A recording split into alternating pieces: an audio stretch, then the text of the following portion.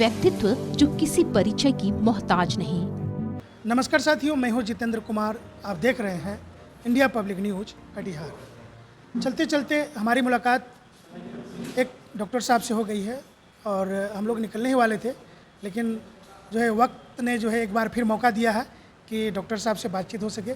तो सबसे पहले जनसुराज की तमाम मुद्दों पर बात करेंगे, लेकिन इससे पहले हम आपको परिचय करवाते हैं। डॉक्टर साहब, आप परिचय दे दीजिए हमारे दर्शक को। मेरा नाम डॉक्टर गौतम कुमार सौमित्रो हुआ और मैं कटिहार का ही बेटा हूँ। यहीं पे पला बढ़ा हूँ। मेरी इंटर तक की पढ़ाई यहीं पे हुई है। उसके बाद मैं ऑल इंडिया एंट्रेंस के थ्रू टॉप रैंकर था और MBBS मैंने बम्बई से की है, फिर MS की है, फिर यहीं पे मैंने और भी फेलोशिप्स वगैरह MCH की है। फिर आगे चला गया था मैं इंग्लैंड, इसलिए 8-9 साल से वहाँ पे था। वहाँ पे मैं एक एज ए सर्जन वहाँ के गवर्नमेंट का एम्प्लॉय था और वहाँ की सबसे बड़ी डिग्री जो FRCS है वो की हुई है मैंने। लेकिन मेरा दिल कहीं भी चला गया, लेकिन कटिहार में ही था। तो कटिहार में जो ये बदलाव की मुहिम प्रशांत किशोर जी ने शुरू की है, उसी में अपना योगदान देने के लिए मैं भी अपनी नौकरी को छोड़ के यहाँ आ गया हूँ, पूरे तन मन धन से जुड़ने के लिए। अभी गुमनाम नाम जो आज बन चुके हैं खास पहचान। क्या चल रहा है? अभी जनसुराज पार्टी, जैसे आप लोगों को पता ही है कि अक्टूबर-नवंबर में जो अब तक लग रहा है चुनाव होने वाले हैं और हमारी पार्टी जनसुराज पार्टी उसमें 243 की 243 सीटों पे लड़ने वाली है। इन सीटों में से हमारे कटिहार ज़िले की भी 7 सीटें आती हैं। उसी के लिए हम लोग लगे हुए हैं कि किस तरीके से अपनी बातों को हम जनता तक पहुंचा सके और उनको भी हम बता सकें कि क्यों बदलाव ज़रूरी है, उसमें जनसुराज कैसे मदद कर सकता है। ऐसी ही हस्ती से हम कराएंगे आपको रूबरू। इसी दौरान अभी 30 तारीख को हमारे सूत्रधार आदरणीय प्रशांत किशोर जी का आगमन कटिहार जिले में हो रहा है। वो मनिहारी में 30 तारीख को एक आम सभा करेंगे, उसी की तैयारी हम लोग कर रहे हैं। एक बात हम बताना चाहेंगे कि लगभग 7 साल 8 साल पहले की बात है, तो डॉक्टर सौमित्रो जो कटिहार के जाने माने चिकित्सक रह चुके थे एक ज़माने में, और ECG वगैरह जो है कार्डियोलॉजिस्ट जी, कार्डियोलॉजिस्ट के मामले में वो कटिहार में कोई थे नहीं, ओनली वन वही थे। और इनके बाद जो है कि पूर्णिया में जो है एक डॉक्टर साहब थे, उनका नाम थोड़ा सा हमको स्मरण में नहीं आ रहा, जो कि वहाँ डॉक्टर सौमित्रो जी के यहाँ वो प्रैक्टिस करते थे। हाँ, वो बहुत सारे ऐसे डॉक्टर हुए हैं हमारे समाज में जो मेरे पिताजी डॉक्टर सौमित्रो के साथ उन्होंने काम किया है, थोड़ी सी प्रशिक्षण ली है और वो आज भी इस बात को मानते हैं कि उन्होंने काफ़ी कुछ सीखा है और बहुत सारे लोगों ने उसके बाद आगे जाके नाम कमाया है। और ये आप लोगों का प्यार है कि मेरे पिताजी को इतना मानते थे लोग और उनका यहाँ पे पूरे कटिहार जिला में अच्छा खासा नाम रहा है। और डॉक्टर साहब से हमारी मुलाकात हुई थी, इसी दौरान जो है कि आपसे भी मुलाकात हो गई हमारी। हमने जब आपका चेहरा को देखा, फेस को देखा, तो हमने काफ़ी जोर डाला अपने ब्रेन पर कि हमने कहाँ देखा है। और उनके बाद जैसे आपका नाम बताया गौतम जी, तो उनके बाद थोड़ा कुछ आया और उनके बाद एक पहचान थोड़ा सा आया कि नहीं हो सकता है कि सौमित्रो साहब के लड़के हैं आप। तो बहुत बहुत धन्यवाद आपका, जो कि आपसे हमारी मुलाकात हो गई गौतम जी, और जनसुराज से आप प्रभावित हो गए। हाँ, देखिए, आप सब जानते हैं कि बिहार की जो राजनीतिक अभी व्यवस्था है, कुव्यवस्था कहिए, दुर्व्यवस्था कहिए, इससे हम लोग सभी लोग बहुत ही हतोत्साहित हैं। हम लोग सबको बहुत कुछ सुनना पड़ता है। हम लोग देखा है कि बद से बदतर होती जा रही स्थिति, चाहे पहले जंगल राज था, अभी अफसरों का जंगल राज है। हम सब लोगों को लगता था कि हम कुछ करें, लेकिन क्या होता है कि हम लोग पढ़े लिखे लोग जितना आगे बढ़ जाते हैं, राजनीति जैसे कीचड़ में आप घुसना नहीं चाहते हैं। लेकिन उसी समय में जितना हम लोग दूर से देखते थे, उतना ही मन करता था कि आगे कुछ करें। प्रशांत किशोर जी को सुना, देखा, हम लोगों ने किसी न किसी तरीके से देखा कि हम कनेक्ट कर सकते हैं प्रशांत किशोर जी की बातों से। हमारी दिली इच्छा भी वही है कि बिहार एक अग्रणी राज्य बने। यहाँ पे जो भी शिक्षा, पलायन, घुसखोरी, कृषि की जो दुर्व्यवस्था है, सब में सुधार आए। हमारा बिहार का भी नाम हम जब ले बाहर में, उसमें हमें गर्व महसूस करें, लेकिन कुछ कर नहीं पा रहे थे। लेकिन प्रशांत किशोर जी की बातों से हमें लगा कि ये एक इंसान है जो उसी तरीके से सोच रहा है जो हम पढ़े लिखे अच्छे लोग सोच रहे हैं। तो हमें भी एक मिली ऊर्जा और हम इनसे जाके जुड़े। एक छोटा सा सवाल ले लेते हैं और शुरुआत करते हैं प्रधानमंत्री जी से। प्रधानमंत्री जी एक बार बिहार में आए थे, तो उन्होंने भाषण के दौरान बोले थे कि बीमारू राज्य बिहार है। तो आप चिकित्सा को काफ़ी करीब से देख चुके हैं, आपके पापा भी सेवा दे चुके हैं और डिफेंस विभाग में भी जो है वो सेवा दे चुके थे। तो इसका मतलब है कि इनके अलावे अगर आप जैसे व्यक्ति अगर प्रशांत किशोर को सुन रहे हैं, तो इसका मतलब है कि आने वाला पल जो है चेंज होने वाला है।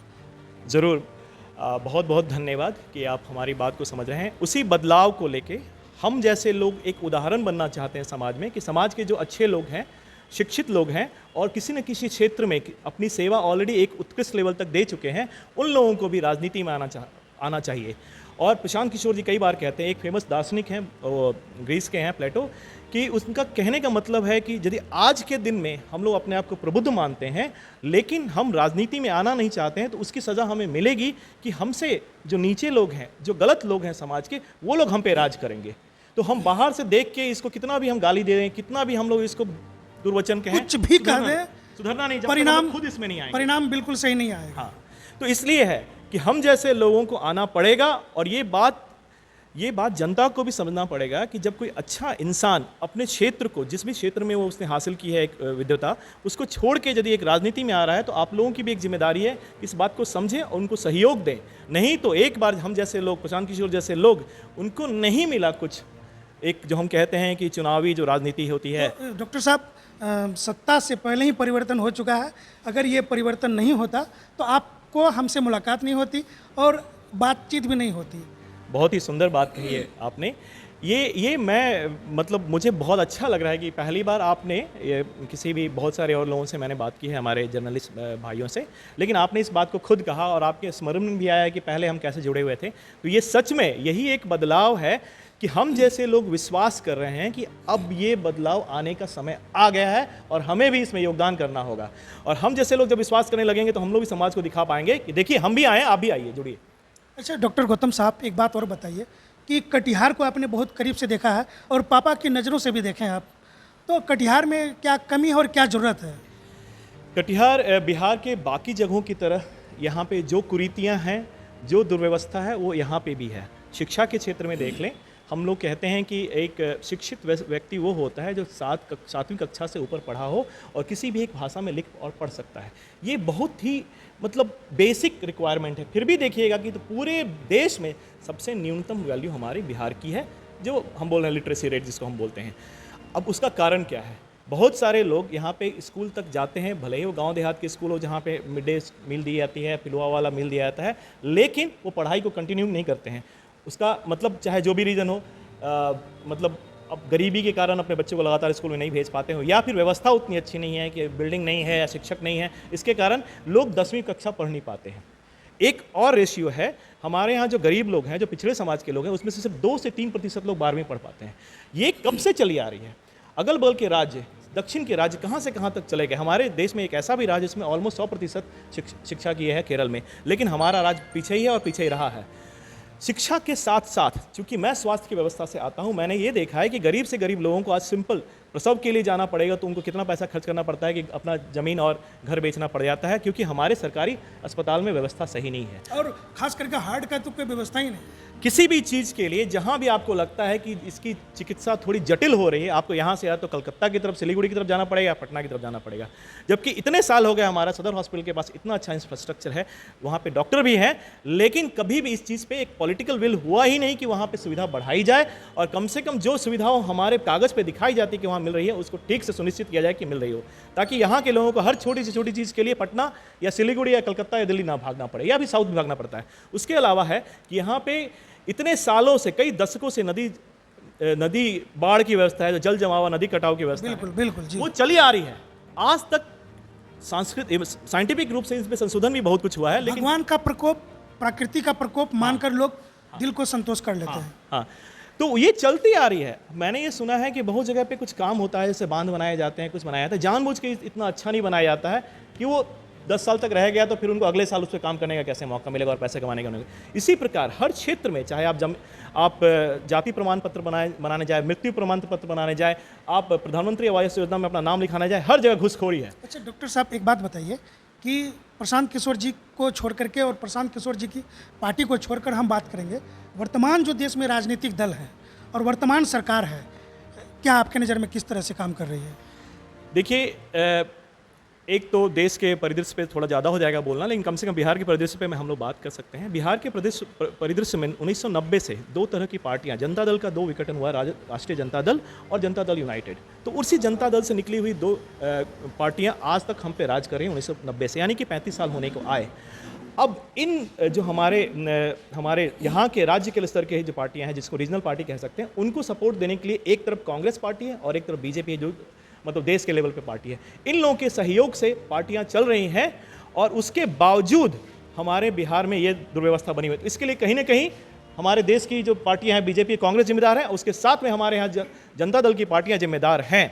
और इन लोगों में लगातार, खासकर जैसे कटिहार का देख लीजिए कि एक ही पार्टी का नेता हमारा पिछले 4 बार से चुना जा रहा है। यहाँ तक कि वित्त मंत्री रह चुके हैं, वो हमारे अर्बन डेवलपमेंट मिनिस्टर रह चुके हैं, वो उप डिप्टी चीफ मिनिस्टर भी रह चुके हैं, लेकिन फिर भी यहाँ पे व्यवस्था गत से गत और ख़राब होती जा रही है, उनमें कोई सुधार नहीं है। तो कहने का मतलब है, इसी की तो हम बात करें, जो अभी पॉलिटिकल एग्जिस्टिंग अथॉरिटी है यहाँ पे, उसी में बदलाव लाने की ज़रूरत है, क्योंकि उससे तो हमारी हालत ख़राब होती जा रही है। इसी बात को लेके जनसुराज बार बार बोल रही है कि पहले कोई विकल्प नहीं था। इन पार्टियों से बचने के लिए यदि किसी को विकल्प ढूंढना होता है तो लोग नोटा की तरफ चले जाते हैं। उसी विकल्प को देने के लिए जनसुराज पार्टी का आगमन हुआ है और हम आपके सामने रख रहे हैं। तो बिल्कुल साफ हो चुका है साथियों, डॉक्टर साहब जैसे व्यक्ति जब जनसुराज को और प्रशांत किशोर को अपना जो है कि अग्रणी मानते हैं, समाज को एक बदलाव लाना चाहते हैं, तो उम्मीद है कि परिवर्तन का जो हवा है वो कहीं ना कहीं हमारे क्षेत्र में बह रही है। और बहुत जल्द जो है कि विधानसभा चुनाव का जो बिगुल बजने वाला है और 30 तारीख को जो प्रशांत किशोर जी आने वाले हैं, इन तमाम बातों को लेकर के जो एक दस्तक जो बज रही है, तो ये परिवर्तन का जो ये गूंज जो बज रही है, तो हम लोगों के कानों तक पहुंच रहा है। और उम्मीद है कि इस बार विधानसभा चुनाव में जनसुराज पार्टी एक अच्छा खासा सीट लेकर के आएगी। और बिहार का जो एक मुख्य चेहरा, मुख्यमंत्री का चेहरा किसको मानते हैं? देखिए, प्रशांत किशोर जी ने साफ साफ कहा है कि अभी अपने आप को मुख्यमंत्री की तरह नहीं देख रहे हैं, लेकिन कल को यदि इतनी सीटें आती हैं, हमने जैसे बात कही अर्श से फर्श, यानी हम सरकार बना पाते हैं जनसुराज, तो उसके बाद पार्टी इस बात पे यदि डिसाइड करेगी तो वो पीछे नहीं हटेंगे। अच्छा, बहुत ही कम समय में जनसुराज जो है अपना पाँव पसार दिया, क्योंकि इसके पीछे हमारी मेहनत, आप खुद कह रहे हैं कि उदाहरण ऐसे हमारे ऐसे लोग हैं जो बिना किसी लोभ और लालच के इस चीज़ में जुड़े हुए हैं। हम अपनी बात जनता के पास ईमानदारी से पहुंचा रहे हैं, अध्ययन करके पहुंचा रहे हैं, वही बातें कर रहे हैं जो की जा सकती है, झूठ में हवाबाजी नहीं कर रहे हैं। और ये बात जनता भी समझ रही है कि ये लोग यदि आए हैं तो कुछ अच्छा करने के लिए आए हैं। साथियों, समय का इशारा है कि बहुत कम शब्दों में हम आपको बहुत कुछ जानकारी देने का प्रयास करें। तो डॉक्टर गौतम साहब, आपका बहुत बहुत धन्यवाद। आपको जब हमने देखा तो हमें लगा कि नहीं, कोई अपना सा है, और आपसे बातचीत की तो ये काफ़ी अच्छा लगा। और इंडिया पब्लिक न्यूज़ की तरफ से आपको बहुत बहुत धन्यवाद और बधाई। बहुत बहुत धन्यवाद जितेंद्र जी, आपके भी इंडिया पब्लिक के सारे दर्शकों को मेरी तरफ से हार्दिक अभिनंदन। और सच कहें तो आपने जब ये बात कही तो मुझे बहुत अच्छा लग रहा है कि हम आपके अपने जैसे हैं। बिल्कुल, क्यों नहीं। आप एक डॉक्टर भी हैं, तो डॉक्टर तो जानते ही हैं, डॉक्टर से पेशेंट को कुछ भी नहीं छुपाना चाहिए। तो यहाँ तो पॉलिटिकल बीमारी है, इसको हम छुपा नहीं सकते हैं। जितना हो सके उजागर करेंगे ताकि आप जैसे व्यक्ति इनका जो इलाज कर सके। आप लोगों का सहयोग और आशीर्वाद ऐसे ही बना रहेगा तो ज़रूर हम यहाँ बदलाव ज़रूर लाएंगे और अपने काम में आगे बढ़ेंगे। तो साथियों, बने रहिए हमारे साथ, देखते रहिए हमारी खास रिपोर्ट। मैं हूँ जितेंद्र कुमार, कटिहार, बिहार के लिए। ऐसे ही तमाम दिग्गज और दमदार शख्सियत के साथ हम आपसे रूबरू होंगे, मुलाकात कराएंगे। जय हिंद, जय भारत।